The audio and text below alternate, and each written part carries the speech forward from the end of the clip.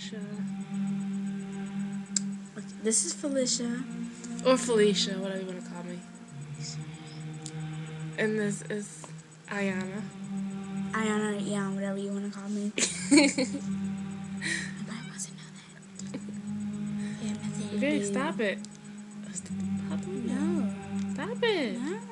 Why? Because. It's so irritating. It's going to last for an hour and 15 minutes. It's going 45 seconds and we're not even talking about anything. What? It's Anyway, been going for like 50 seconds. But, okay. We just watched a scary movie, and this girl, she had got her arm. Yeah, and nobody leg wants to cut know off. about this freakishly weird movie she had you a guys are twin. watching. This is all in relation to the Phylicia Barnes investigation. We have been in touch with our law enforcement partners across the state, even the FBI, and we are going to be searching a wooded area in Metro Baltimore this coming Saturday. Through our investigation, we identified this as an area of interest. It was associated with one of the people of interest that we talked to, one of the 30 individuals that last saw Phylicia, and this location was identified as an area that we needed to search. We have searched this area once before.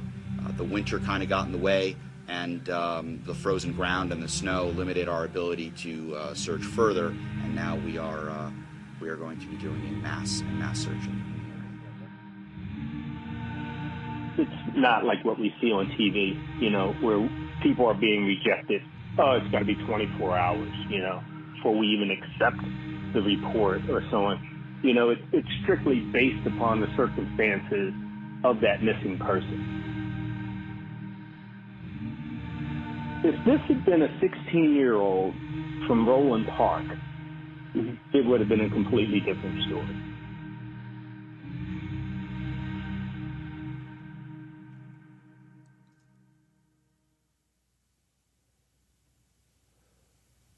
So I'll start by saying that this case kind of fucked me up.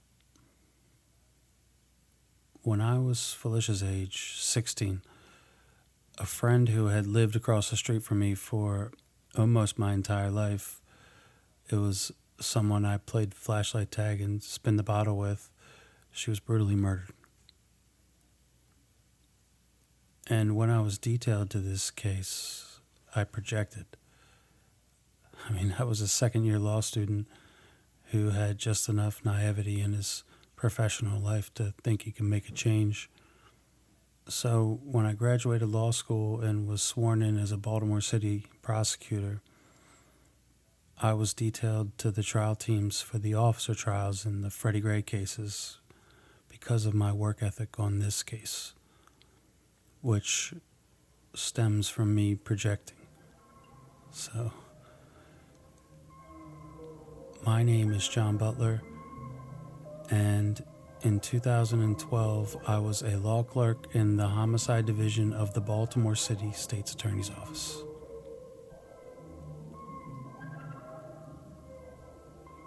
So, real quick, I want to dork out about something that I think would be helpful if it were in our universe as we talk about the case.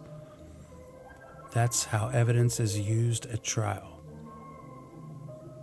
If you've ever sat on a jury, you are presented with direct evidence and circumstantial evidence. In law school, they teach you that direct evidence is you watching the rain fall from the clouds and hitting the ground. You saw that. You could testify to that.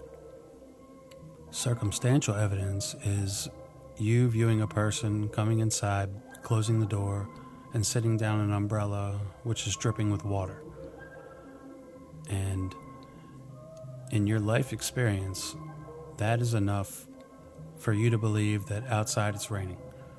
The judge will instruct you to make no distinction between the weight to be given to direct versus circumstantial evidence. So, if the sky is on trial and you and the other 11 jurors believe that it's raining based off that umbrella, then the sky would be guilty of rain. It was always known that I told my kids a long time ago, if something go down, I'll be a bit so fast, so that was nothing. It was just that night, just waiting around that night to realize she didn't come back home. Yeah. Like, that's the thing. Like, you call Dina like 8 o'clock, 9 o'clock. Thank you. You're welcome. 10 o'clock. Then when they call it 10 o'clock, about 8, 9 o'clock, and she went home, oh my God, I really started calling my family then. Because that was, that's not even like her character. That's what I told people. Character means a lot. Yeah. In this day and age. And the police ain't going nowhere because her and Dina had so much love for each other. In 2018, when I started this project, I picked up Phylicia's father, Russell Barnes, at the airport just outside of Baltimore. I took him to a restaurant. The music was loud, people were talking, but we had the opportunity to talk about Phylicia, and I was able to explain my motivations for why I wanted to do this. Real quick, I said that now that I'm older, with kids, and the benefit of hindsight, I feel that through Phylicia's life, but mainly her death, we can learn about our collective inherent motivations as to why we do some things some ways. I hope to make sense of that as we move along, but by all accounts, Phylicia was a kind and gentle person. And according to Russell on that day, she was a country girl. Now, I assume that meant she was naive and not fit for the city, but Russell didn't say that. Now, here's the thing. As I continued this project, I think the third interview I did was Phylicia's half-sister on her mother's side, the one she lived with growing up, Chantal Salas. And the way she tells it, don't listen to Russell. He wasn't in Phylicia's life. In fact, we didn't even call her Phylicia. We called her Simone. What type of person was Simone? Simone, she was really shy. She was a good student. She did well in class. She did well as far as books.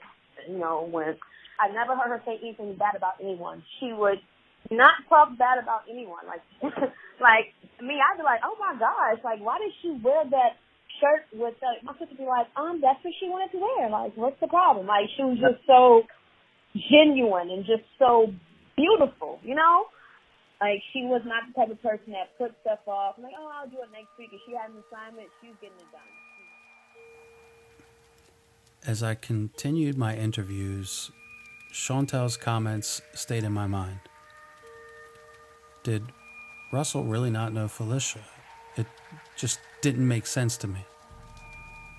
One of my duties as a law clerk was to answer the phones in the homicide division, and he called a lot, asking for updates, and he flew in for all the trial dates. And then I obtained my MPIA request return, where I had asked the Baltimore City State's Attorney's Office for parts of this file. And within that, there was an interview that I'd forgotten about between the FBI and Phylicia's half-sister on Russell's side, Dina Barnes, who lived in Baltimore. And it was during that interview, it kind of made more sense. Russell loved Phylicia, but his relationship with her mother was just toxic. We do a lot of those every summer. We do one. Okay, so then the next time that you really remember actually having contact with her was in 2009, and she contacted you on Facebook? Okay. Do you remember how that happened, what she said? How did you guys start talking right away? How did... So, she Facebooked us, and she didn't really say anything. My dad was like, well, wait a minute, I might need to talk to her mom to make sure everything's okay, to make sure it's okay for us to all talk to her. Right. So it was too late. I said, well, Dad, I already responded to the friend request, and we're sending messages now. And I really don't remember exactly what all we said in the messages. I don't even know how we got each other's numbers. It just happened all so quick, and we immediately arranged to go get her. Okay. And we went on a road trip. We went to me and my sister Kelly. Okay, you and Kelly went Barnes. together. This had to be, so we got in contact in May of 09. So it had to be like June, July. It was just right in time for a family reunion. And we were like, oh, this is perfect. Like, family reunion is going to be in Atlanta anyway. We were going to drive, so we might as well just, on the way, come get you. Mm-hmm. And so permission was granted from her mom, and we talked to her mom, and we went and got her. And we went to Atlanta, and we stayed in Atlanta at the hotel with the family, and so that was our first time really getting together, and it was amazing. Okay. Now her mom let you take her. How did she get So, from the time both sides of the family reunited and up until the June trip Phylicia took in 2010, she took a couple other trips to Baltimore during breaks from school. She stayed with Dina, who we'll hear from often, who lived with Michael Johnson and his cousin in a 2-bedroom apartment just on the edge of the city. When Phylicia came in June of 2010, she didn't realize how much Dina's and Michael's relationship had deteriorated. They were high school sweethearts, had been together for 10 years, but they were broke. The way Dina tells it, Michael would just pop up. He would go away and then he'd come back. And she wasn't sure how much time during that June trip Michael and Phylicia actually had together. How was that working back June and then? July, well, things started to go wrong in June, Wait, where I started to get really tired of Mike. okay. And his lies and all that. And I kind of pretty much told him, okay, I need space. So when I told him I needed space, he didn't come around. He kind of like, whatever girl, whatever, he would be like there. So sometimes he wouldn't come in the house for a couple days and then just pop up. So I'm not sure like how often he was there while she was there during the summer. Okay. Now, did you ever... And when Phylicia returned in December of 2010, it was a longer trip than she had ever taken. It was like the whole winter break. And by that time, Michael had moved pretty much all of his belongings out of the apartment. He was living with another woman and a roommate, like Jack Tripper. He still maintained a relationship with Dina. And even though he wasn't at the apartment as frequently, his family was still coming around. And I'm assuming that Delane and Boots and them were there on and off. Yeah, even though Mike wasn't staying there that much, they still were coming around. They still would come around. Not as much because they had school. So it definitely wasn't as much as the summertime because of school. Mm-hmm. But like once school gets out and all that, then they start coming around or calling. Like Delane will be the one to come around even when nobody. If it's just me at the house, Delane will call and still want to come and be hanging around me. Does he bring a girlfriend or anything with him when he comes? No. Okay. When he came on the 27th, he bought his dog. He got like a new dog that he bought. Okay. So like clearly Tabitha, Carla.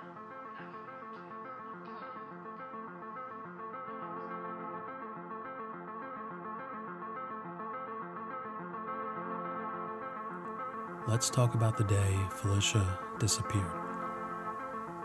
On the morning of December the 28th, 2010, Phylicia was a couple days from going back to North Carolina.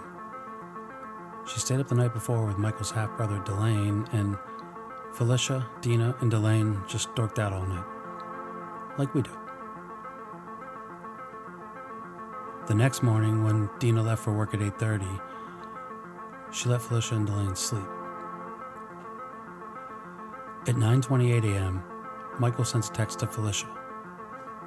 Did Delane leave when y'all left this morning? No response.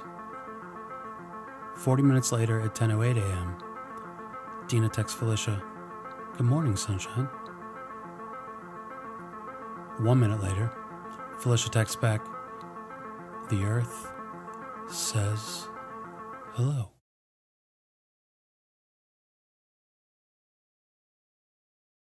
Five minutes after that, Michael sends a text to Dina which reads strange. First he says, and I'm paraphrasing, "I'm coming to pick up Delane. He can't be there without an adult, and I'm taking him to his grandmom's." But he adds, "If you propose to me right now, I will stay, and we can move into a house together and have dogs and plenty of babies. 3 babies to be exact, 2 boys and 1 girl." Dina doesn't respond. So Michael waits about 20 minutes and he sends Dina a really long text. And he says this: "I love you, I'm a changed man, I don't want to leave, and I want to get back together." Now, in that setting, where Michael has just professed a novella of love for Dina, I want you to imagine that he's sitting in a parking lot outside of the apartment, sends that text, gets out of his car, goes inside, walks down the stairs to the apartment on the ground floor, opens the door, walks in, and he and Phylicia are now alone. Today's date is Friday, December 31st, 2010. Time right now is 10:27 p.m. My name is Detective David McDonald. I'm with the Baltimore City Police Department. We're currently at 601 East Fayette Street, 5th floor, room 7. With me is Detective William Wagner. Think we're in the same bed together? Yeah. Okay. Let's see. Okay, so you picked up the William Davis and you took him to his grandmother's house? Yeah. Where'd you go after that? Back to Franklin Drive. Baltimore City detectives attempted to piece together that morning through forensics, statements, and cell phone records. Michael was interviewed on December the 31st. The interview was recorded on tape, like a literal cassette tape. But Michael tells detectives, "Hey, I had money on a card, only good for that washing machine. I was washing my dirty clothes. While I was waiting on that, I was packing up other shit. I was on my phone, and I was watching TV." Michael says Phylicia took a shower, did her hair, was on the computer and on her phone, and also watching TV. Michael admitted there was a time where the two of them watched TV together. He said they were in Michael's old room, the master bedroom, which had a couple chairs, a TV, and a laptop. He said Phylicia was giving him shit about not getting her a Christmas present, and she kept talking about how hungry she was, and she wanted to go to the Plaza, which was a strip mall right across the street. At 1:30 p.m., Michael tells police that he left Phylicia asleep on the couch. Now, the thing in that interview which stuck with me, when asked how often he communicated with Phylicia, Michael told detectives that he and Phylicia typically text 3 to 4 times every day.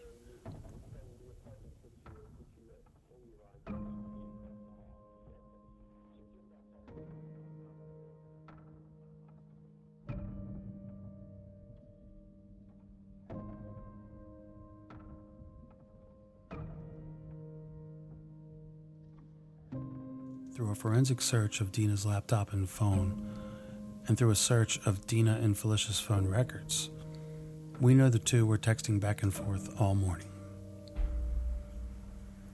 Phylicia was also texting her half-sister Kelly, Dina's sister. They made plans. After lunch, Kelly was going to come pick Phylicia up. Phylicia was also messaging a friend from back home, a high school friend. They were talking about a boy not named Michael. At 11:09 a.m., Phylicia misses a call. At 11:26, she posts on Facebook, "I'm so effing hungry." At 11:38, she misses a call. At 12:23 p.m., Dina texts Phylicia about her hair. She was supposed to get it done over the next couple days. No response. At 12:27, Kelly calls then texts, "Are you ready to be picked up?" Radio silence. At 12:30 p.m., Phylicia's phone was either turned off or the battery died. It was no longer connected to the network. Now, Phylicia was 16. She had stayed up all night the night before, was using her phone during the day. Michael tells police he came back to the apartment around 5. Delane was there, but Phylicia was gone. At around 5:13 p.m., Michael sends a text to Dina saying, "Phylicia is up and active." Now, what Delane tells police is interesting. He says, "I walked back from my grandmother's house to the apartment, walked in the building, went down the stairs, and I heard music blaring. I tried the door handle, it was unlocked. I walked in, the music was loud, but nobody was there. I went outside, I looked around, nobody was there.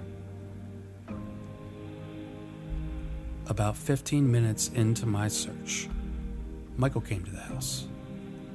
He asked where Phylicia was, and then he left."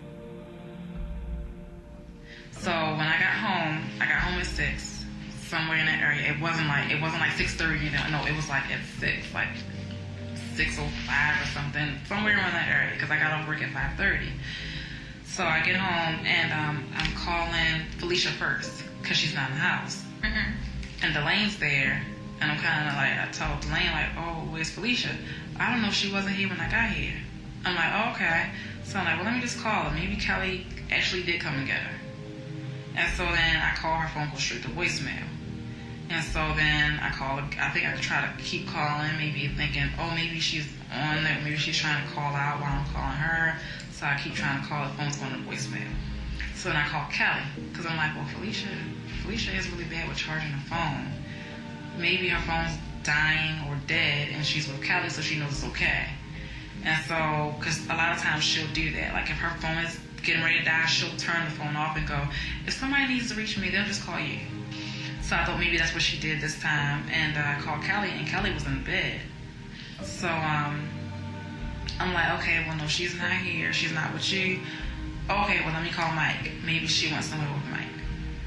And so I call him, and he doesn't answer the phone. But then he texts me back and goes, hey, I can't talk because I'm moving some stuff right now, and my phone is getting ready to die, and I have to find the charger.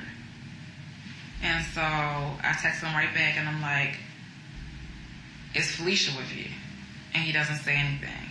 I text him again, and I'm like, I can't find Phylicia. I need to know, is she with you? And he doesn't say anything. Text him again, okay, look, I really need to know where Phylicia is. And then the last message I remember I sent out was about me calling the police. Like, I need to know when the last time you saw Phylicia is. I'm about to call the police. And he didn't say anything back. And when I heard back from him, it was at 7:38 was the first. He texted me at 7:38 saying 1:30, is everything okay? And I just texted him back, no. And he called me at 7:42. He said, keep me informed. As to like what's going on, like keep me informed, let me know what's going on.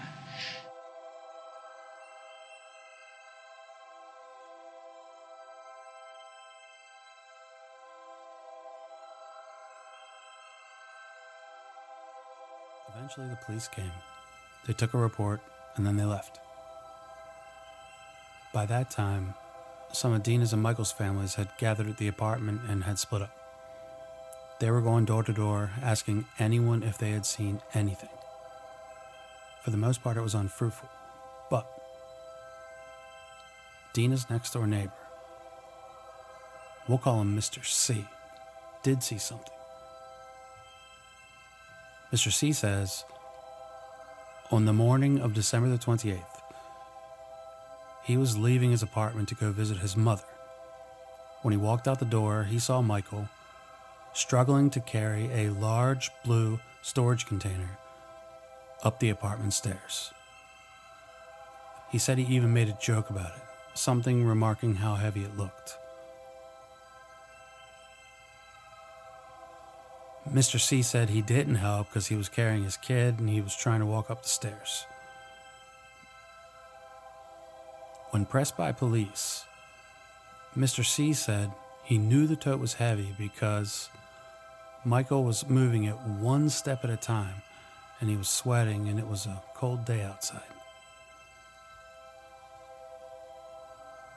He remembers Michael moving the tote towards a small black vehicle in the parking lot, and he recalls thinking to himself, how's he going to fit that in there? After his interview, police gave Mr. C a photo array in which he identified Michael Johnson as the individual he saw struggling to carry the tote up the steps that day.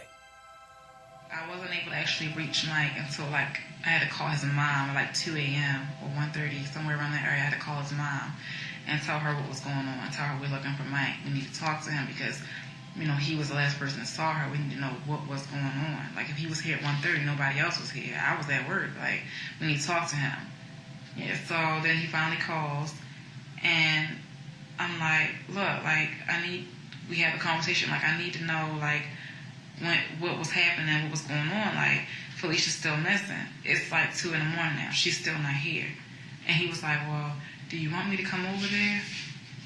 So initially I told him I didn't know whether I wanted him to come back. And then I called him back and was like, yeah, I need you to come, and I need you to bring that tote with you because I need to see what's in the tote.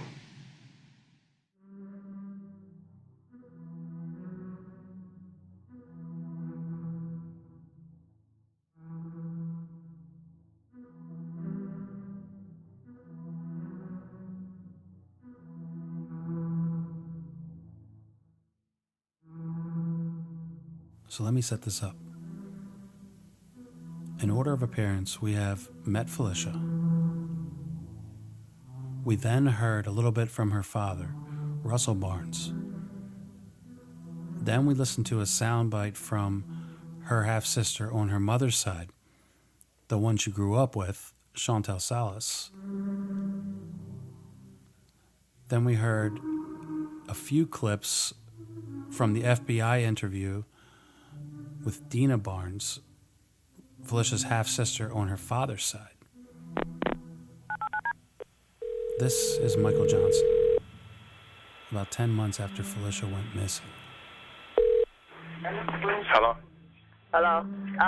The state trooper who called me, he called and left a message, but I never listened to the message. But he seemed to be really kind of nice about it. Not to say that, they're not trying to prosecute you, but he said the grand jury of Harford County has the case for the deceased young lady, Phylicia Barnes. And we have some more evidence. We got some more evidence, and we need to question Delane. And I also served your son on his job with a summons as well. They said they got more evidence, huh?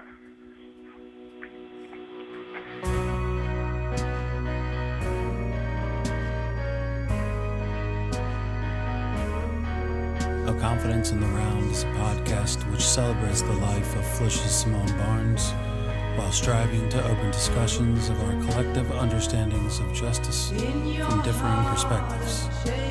Race plays a role. A Confidence in the Round is produced by Bellyscope Fine Audio with music by Alex Summers and Mother's Day. Exit music by Beach House. I'd like to thank all the individuals who took time to speak with me in the creation of this podcast, especially Phylicia's family members. With love, Phylicia lives on.